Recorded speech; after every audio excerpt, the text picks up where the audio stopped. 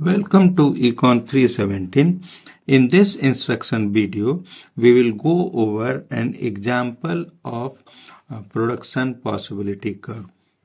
So, first we will define the production possibility curve. It is the locus of all possible combinations of goods which an agent or a worker or a firm, even at a country level, can produce given the resources available in the economy or given the resources available to the agent at hand. So here we will look at possibility of two goods being produced by two persons, and we will see how the economy can benefit from both these persons combining their resources together to produce goods in a joint collaborative manner. So let's have two types of works or two services which can be rendered. When I say goods and services, we take them to denote the same object. So two services, one clutch repair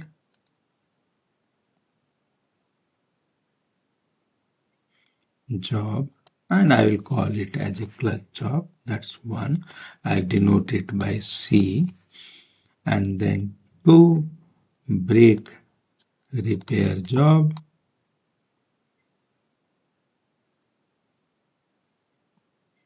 I will call it B. So this is the typical jobs which we see at any auto repair shop.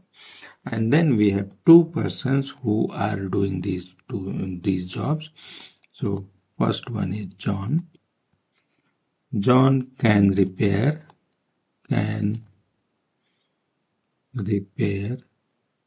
6 clutches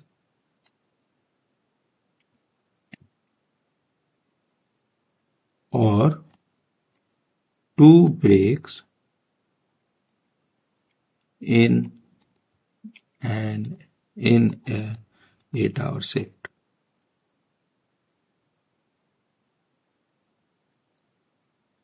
So John, working for 8 hours in a day, can do either 6 clutches or 2 brakes, or we can also look at combinations of these two as the maximum amount of job John can do. Then we have another person, I will call him Smith.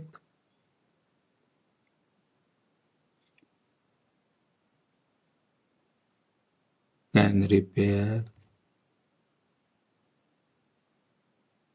2 clutch jobs, 2 clutches or 6 brakes in 8-hour shift. So again, if only clutch, then 2 clutches. If only brakes, then 6 brakes. But then possible combinations could include few clutches and few brakes. So given this information, I will like to first draw the production possibility curve for John. So I'll call it PPF, production possibility frontier for John. And then we will replicate. So I will assume clutch to be on the vertical axis, and I have denoted it by C. Brake to be on the horizontal axis, I have denoted it by B. And as we have seen, if John does only clutch job, can repair 6 of them. If he does only brake job, he can repair 2 brakes. And so I will draw a straight line joining these 2 points to show the intermediate option. So if 2 brakes, no clutch. Suppose John does only 1 brake at a time, then in this situation the maximum clutches he can do is 3. So this straight line I will call as the PPF, the production possibility frontier, or we also call it PPC, production possibility curve for John. This straight line denotes that John is spending all the 8 hours doing either the clutch repair or the brake repair. Any point on this line is attainable. Remember, since we look at only whole numbers for clutch and brakes, I have written only 1, 2, and 3 and 6. We could have maybe in other settings, we could think about numbers which need not always be the whole numbers. Any point which is outside of this straight line, the PPC, let's say point here, this is not feasible. John, given the resources at hand, John cannot do more than the clutch and repair combinations which are not on the line. So any point in the northeast of the PPC, not feasible. We could also call it not attainable.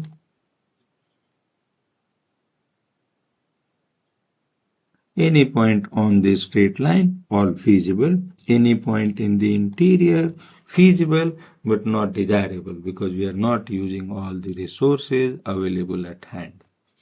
Okay, this is for John. Now, given this, we can also draw the PPC. I have also called it PPF, so I will use these notations interchangeably for Smith.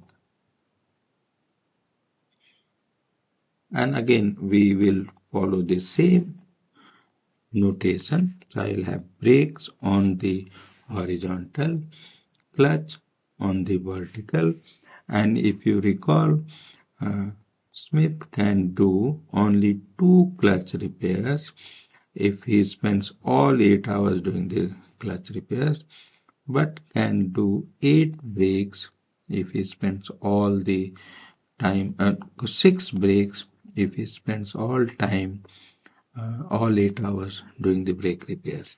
So I could also point at least one intermediate choice.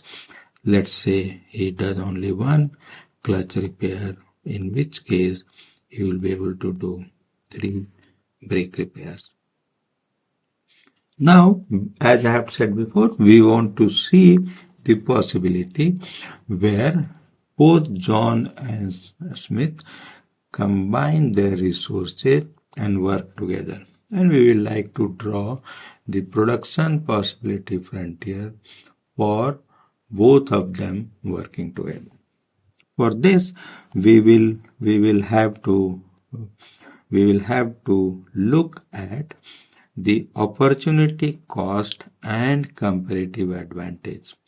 It's a good idea to go back to your introductory microeconomics textbook or introductory macroeconomics textbook to find out the concepts of the opportunity cost and the comparative advantage. So what I am going to write is the opportunity cost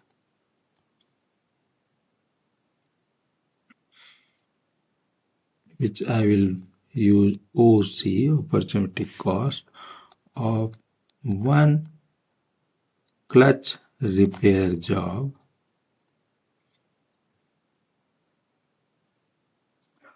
for John is the number of brake repair jobs he has to give up.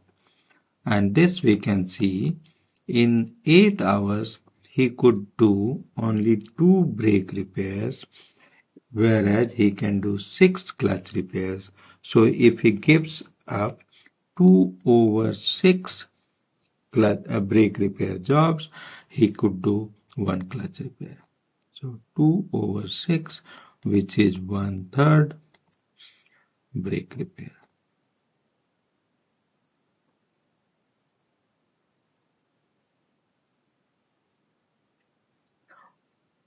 I could write down the same information for Smith. So opportunity cost of one clutch repair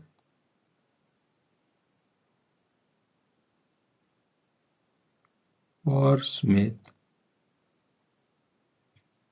is, so if we go back to the production possibility curve for Smith, he could do either 2 clutch repair or 6 brake repair. So he has to give up 6 over 2, which is 3 brake repair jobs.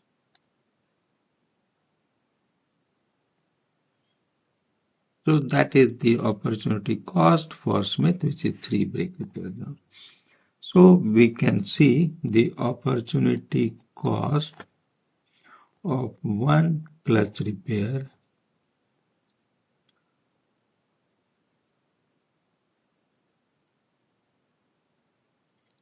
for John is lower compared to Smith. So opportunity cost for Smith, which means John has comparative advantage in a clutch repair job. This implies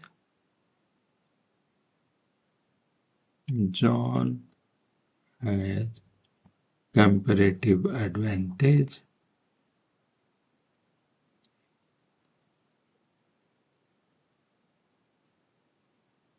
and call it CA, comparative CA in clutch repair job.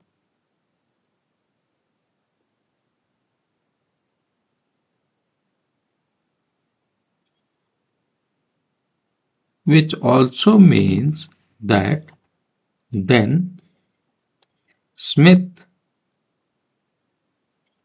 has comparative advantage in brake repair job.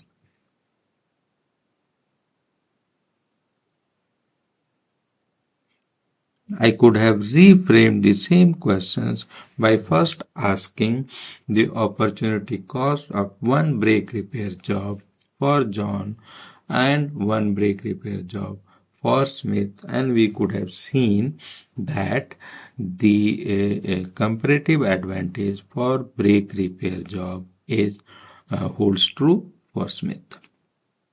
Okay, now we have information to draw the production possibility frontier when John and Smith work together.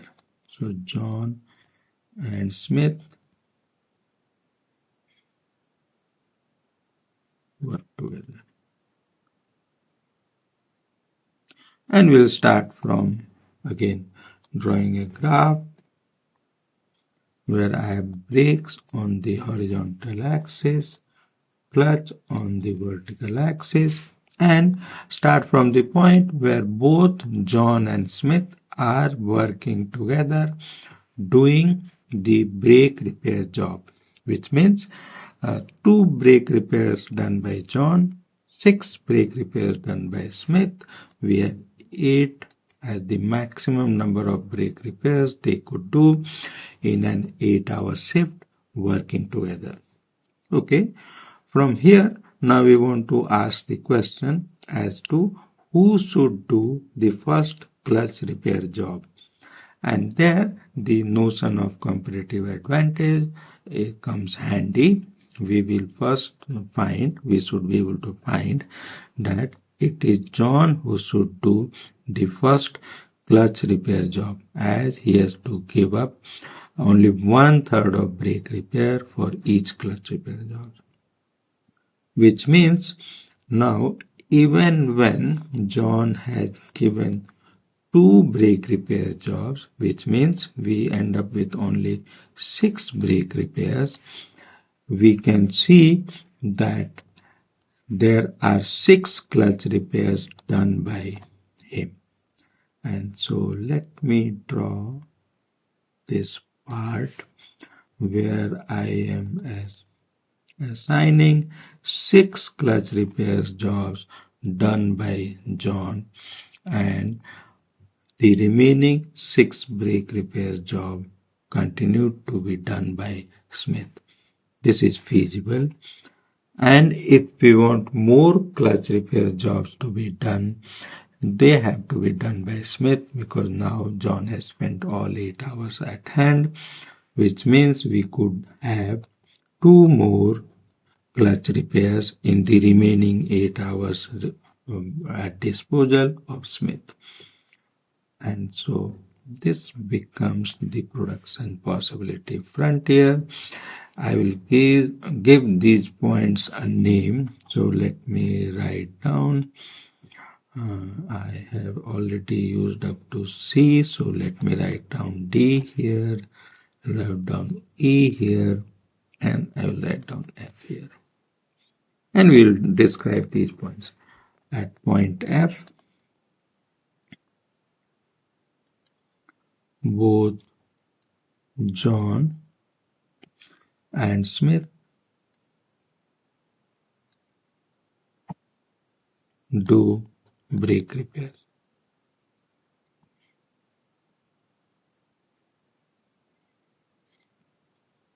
On the points E to F, on the straight line E to F, John does both clutch repair and brake repair,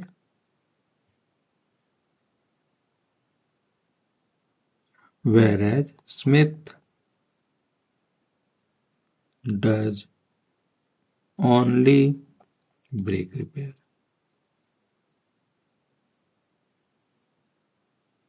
Okay, at point E, this is the point of complete specialization, point of complete specialization,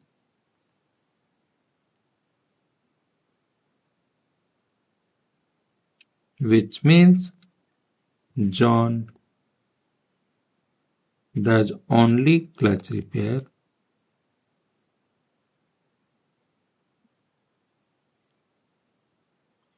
in which he has comparative advantage, and Smith does only brake repair in which he has comparative advantage. That's how the complete specialization term comes in. And on the line TE, now John does only clutch repair, which is 6 clutches, and Smith does both clutch and brake repair.